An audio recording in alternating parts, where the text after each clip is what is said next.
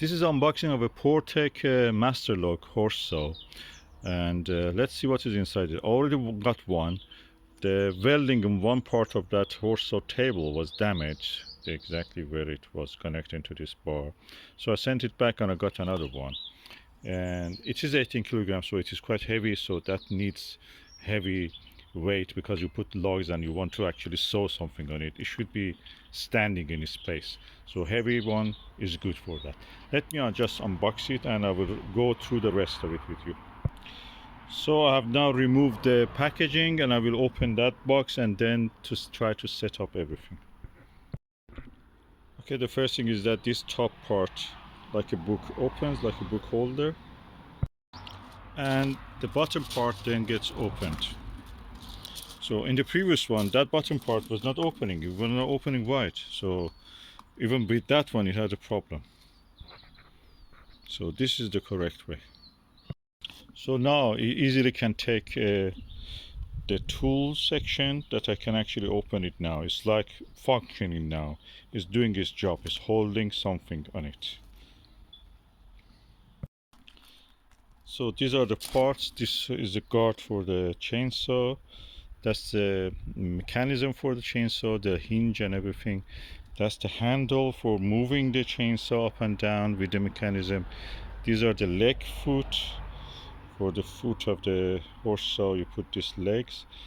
And that's the handle guard for protecting you from the chainsaw coming toward you.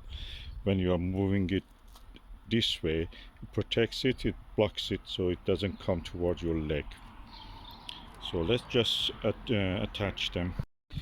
If you want to attach those foot to the leg has a telescopic attachment. You have to loosen the bolt and just let it come. That part is smaller and can fit into that red part. And for doing that you need a wrench. This is a wrench and you have to work with it. Okay, hopefully you see that. That's the screw, and I've loosened it. The telescopic leg came out and I have pushed this into that smaller bit, otherwise that part is too big for that, so you have to use this. That extends the leg around 12 centimeter. So all the 4 foot pads are now installed. Let's just attach the mechanisms here for the chainsaw. And this is the instruction for the next parts.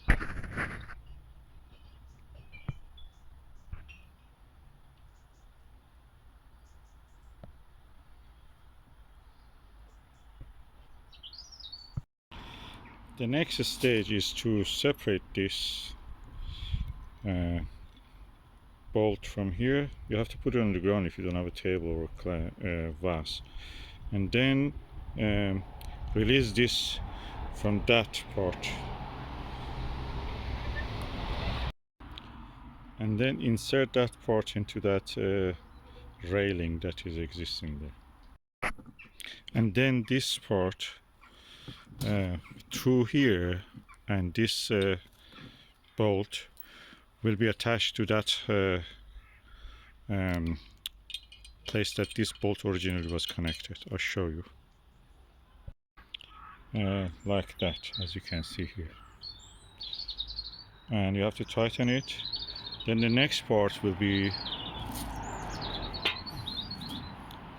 to attach this with this pin to the top of that bar, and as I showed, this one goes like that,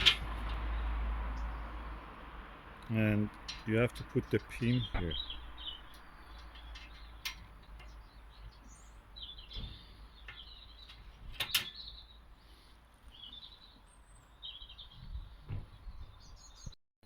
There is a screw here which you have to remove, then the handle will go there. I'll show you.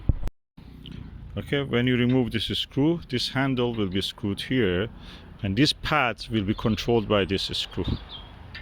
So I do it now and I will show you the result. And when you tighten that pad is like a brake pad, will be controlled by that bar. And there are two pins which control it also, so they apply pressure.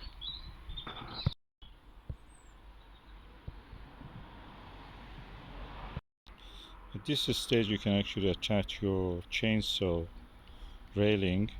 These pads will hold it. It's good to push it as much as you can forward. Just be careful that this pad doesn't touch anywhere near this moving part. Of course there is no battery on that at the moment, so I can touch it. If you're using anything, make sure this is off when you're doing this. Now this is the time to attach this chainsaw guard. So there is a screw here and a washer.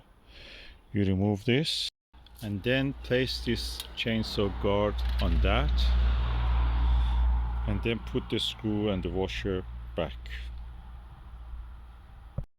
making sure that this chainsaw guard doesn't touch the actual chainsaw itself. Then you tighten the bolt which was there, and that is done. Your chainsaw, I think, is ready now.